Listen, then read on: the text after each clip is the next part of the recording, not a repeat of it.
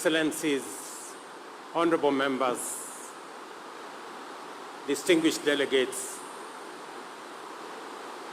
this is yet another opportunity when we congregate in this very important occasion of Amcham. Earlier, I mentioned to my sister Raimondo that we are a deeply religious country, and rain is godly. So you couldn't have had a better endorsement of your visit and what you are saying than from the gods. So take pride in the fact that it's raining, and rain comes with a lot of blessing, and we have a lot of attachment to rain. I take this opportunity to warmly welcome all the delegates to Nairobi for the 2024 Amcham Business Summit, which is the 4th edition of the US East Africa Trade and Investment Forum Summit that is first and foremost a premier gathering and first took place in 2018.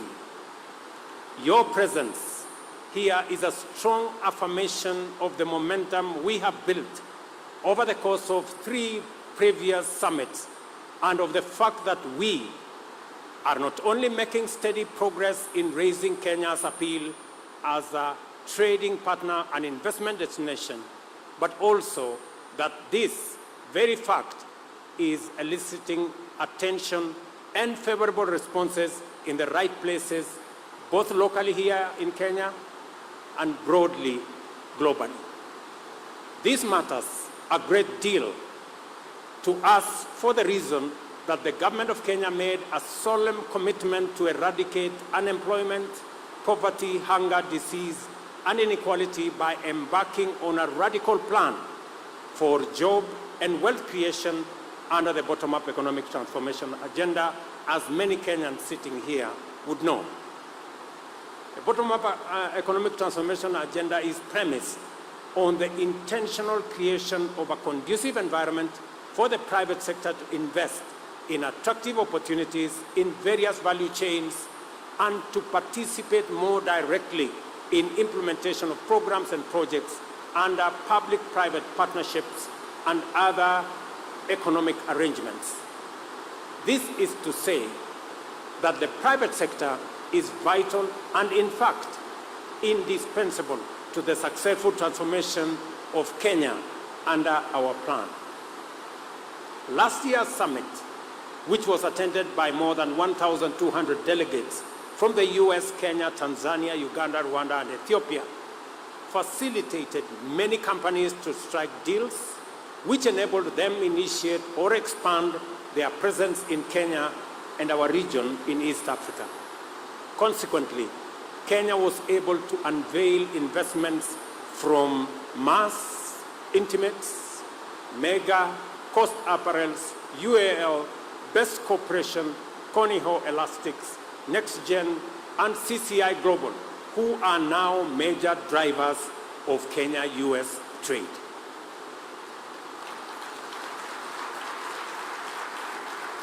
At the same summit, 11 US government grants to the private sector were announced, aimed at integrating over 1 million farmers into existing value chains, totaling more than US dollars 5.6 million. Additionally, 10 collaborative development initiatives between the government of Kenya and the US private sector were announced, intended to enable 4,700 entrepreneurs to access capital for activities benefiting close to 110 farmers in different counties in the Republic of Kenya. All these encouraging accomplishments made at last year's summit were as a result of productive collaboration between the government of Kenya and the US Embassy, led by my elder sister, Meg. We all agree that we have difficulty whether she represents Kenya or she represents the US. And we have settled that she represents all of us.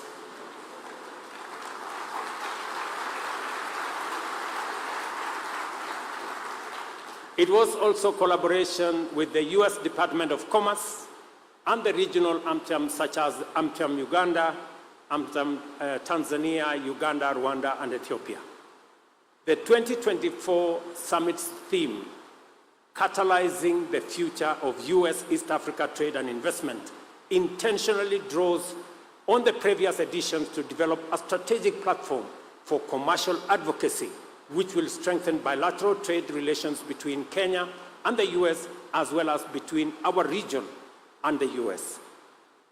The consistent strengthening of Kenya-US ties and that of our region is exemplified by the steady growth in the value of bilateral trade, especially its acceleration between 2015 and 2022, when Kenya's negative trade deficit narrowed significantly from Kenya shillings 85 billion in 2015 to Kenya shillings 13 billion in 2022. It is our intention that that gap will shortly close. And the next time we have this occasion, hopefully in the coming years, we will be talking a different language. The pace of growth in Kenya-US trade affirms the vast opportunity that exists for growth of Kenyan exports and expansion of their variety, with very real possibility of broadening a positive balance of trade. This ambition and the immense role of the private sector in it informs the vision of a new trade and investment arrangement with the US under the Strategic Trade and Investment Partnership, STEEP. And we all know that there is acceleration of negotiations and collaboration in that space so that we can unlock the tremendous potential that it portends, not just for Kenya, not just for our region, but for the US as well. For some time now, Kenya has been focused on pursuing trade relations with the US beyond AGOA. Consequently, we entered negotiations to develop a new framework to anchor bilateral trade and thus launched STEEP, which is aimed at enhancing our engagements in trade and investment and facilitating high standard commitments in a wide range of sectors.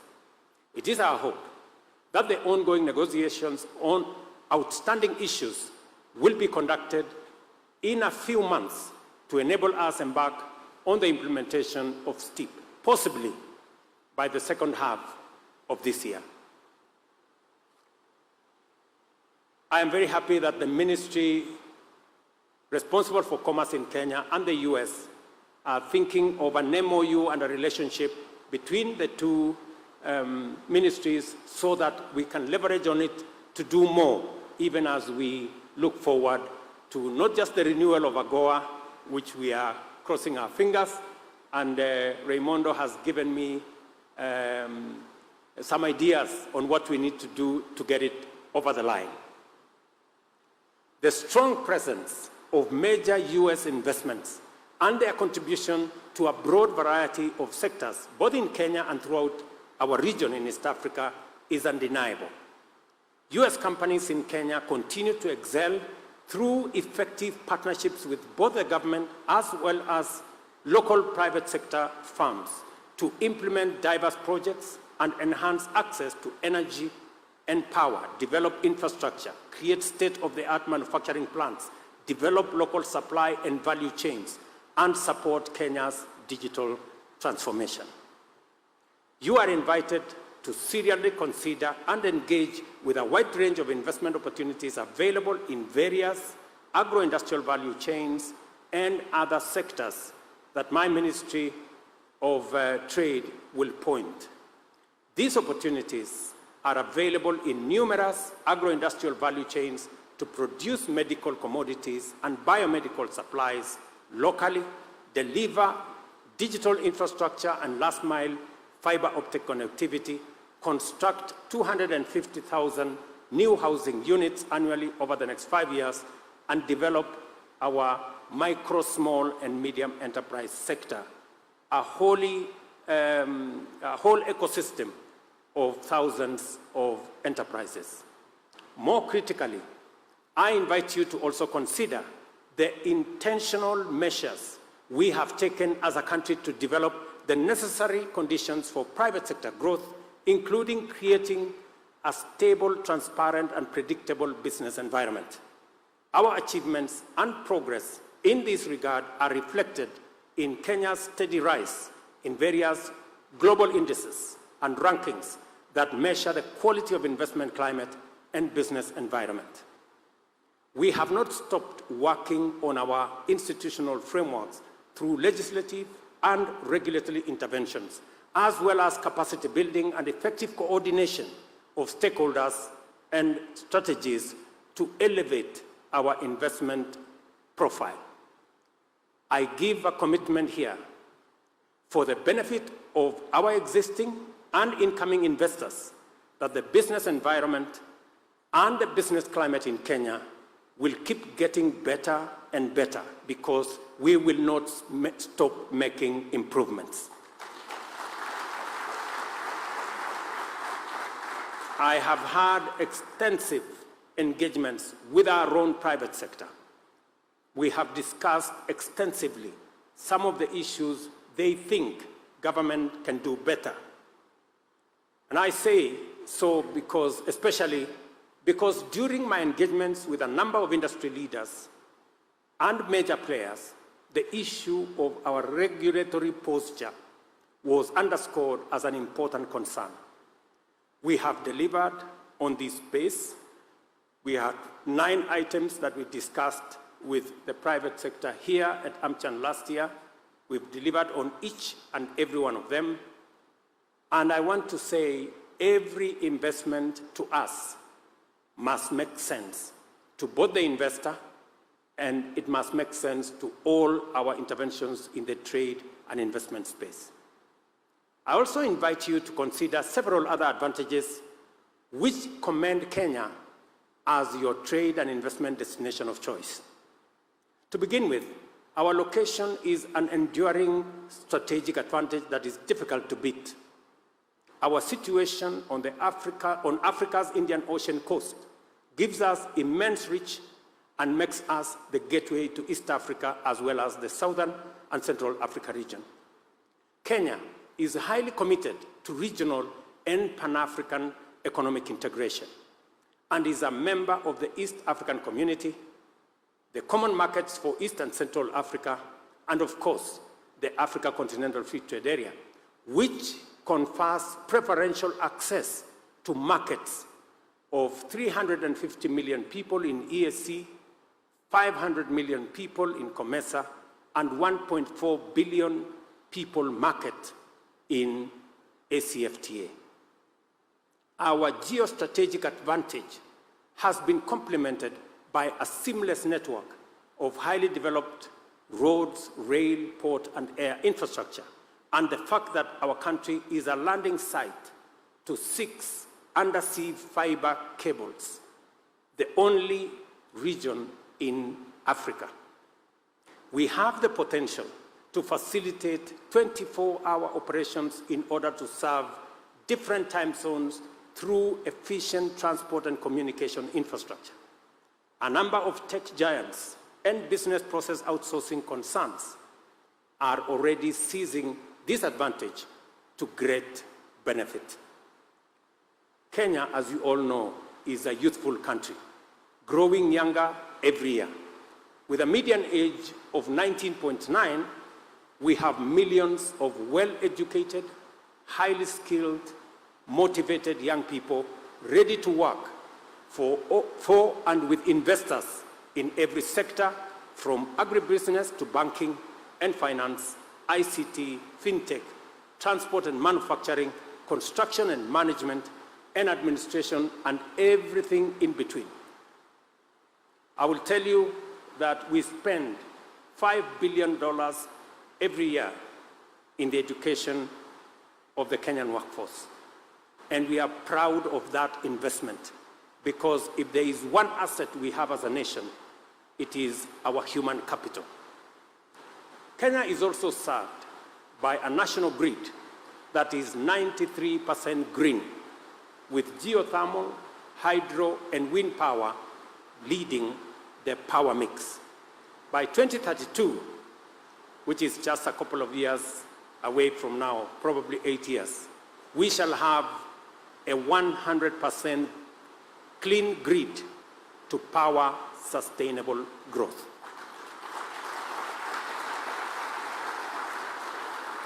It is therefore no accident that every major global brand and every leading multilateral institution and philanthropic organization wishing to build a regional and African footprint starts in Kenya, or that Nairobi is the regional and global headquarters of many leading organizations. Any organization, any business that pays attention to sustainability must look out for where renewable energy is a factor. It is not an accident that Kenya is the cradle of cutting-edge digital innovations in fintech and other sectors, where mobile money was born right here in Kenya. We have the necessary conditions for trade and investment to thrive, enable our economy to conquer new territory, and break new records in time and time again.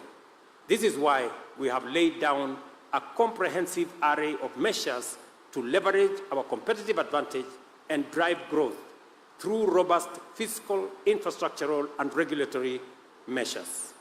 A number of firms represented here will already be familiar with our Special Economic Zones program, which is a convergence of optimal investment promotion, export processing, and other forms of facilitation to enable investors generate maximum value from their operations in Kenya. I had the occasion to visit some of these enterprises in the last few days, and we have a phenomenal relationship. The Special Economic Zones program represents a dedicated package of highly appealing fiscal, infrastructural, procedural, and regulatory incentives, which have led to a steady rise in Kenya's global appeal as an investment destination.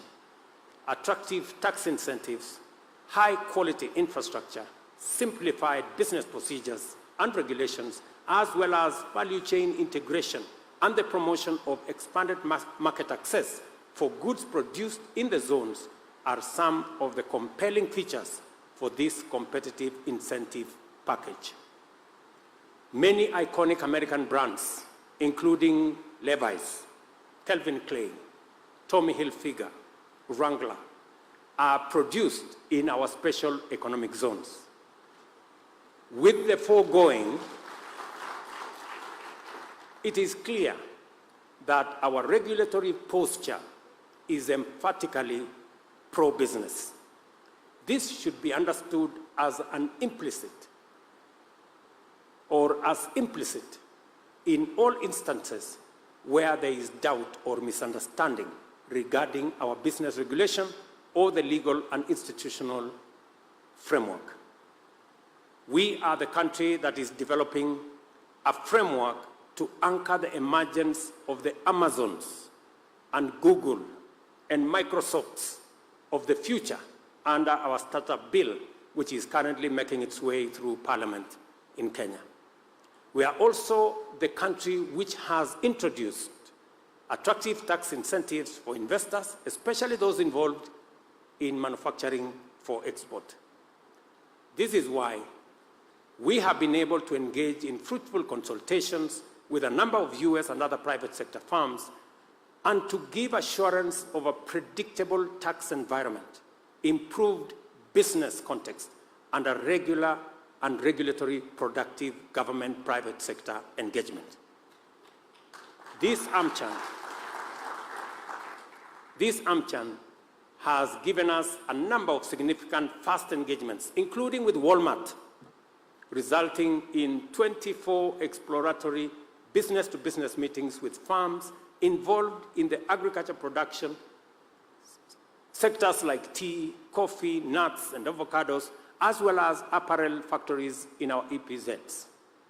Although exploratory, Walmart's foray into our country and region is indicative of the potential and operating environment we live in today. When I had an engagement with a representative of Walmart, I could see great opportunity, not just for Kenya, but for our region. It is also why we have been able to engage the American Tower Corporation, Microsoft, and Arbo Healthcare about deepening their partnership with local public and private sector organizations. Likewise, Marathon Digital have been ushered to consult with the National Treasury in Kenya on our cryptocurrency regime and to the Ministry of Energy to discuss its energy needs in connection with cryptocurrency mining here in Kenya. There is so much more to say about the progress and achievements, power and impact, as well as the presence and the future promise of a strong trade and investment relationship between Kenya and the US over the course of its historical development from a Goa renewal and onward into post-STEEP era. This is a strong testament of the vast transformative possibilities that exist in an expanded and comprehensive strategic understanding between the US, East Africa concerning trade and investment. This Amcham, ladies and gentlemen, has also fulfilled its thematic purpose of setting the pace for the rapid emergence of the new future we have envisioned together. It is time for us to proceed in confidence into this new paradigm, where you go, think Kenya. Where you think trade and investment, think about Kenya, because Kenya means business.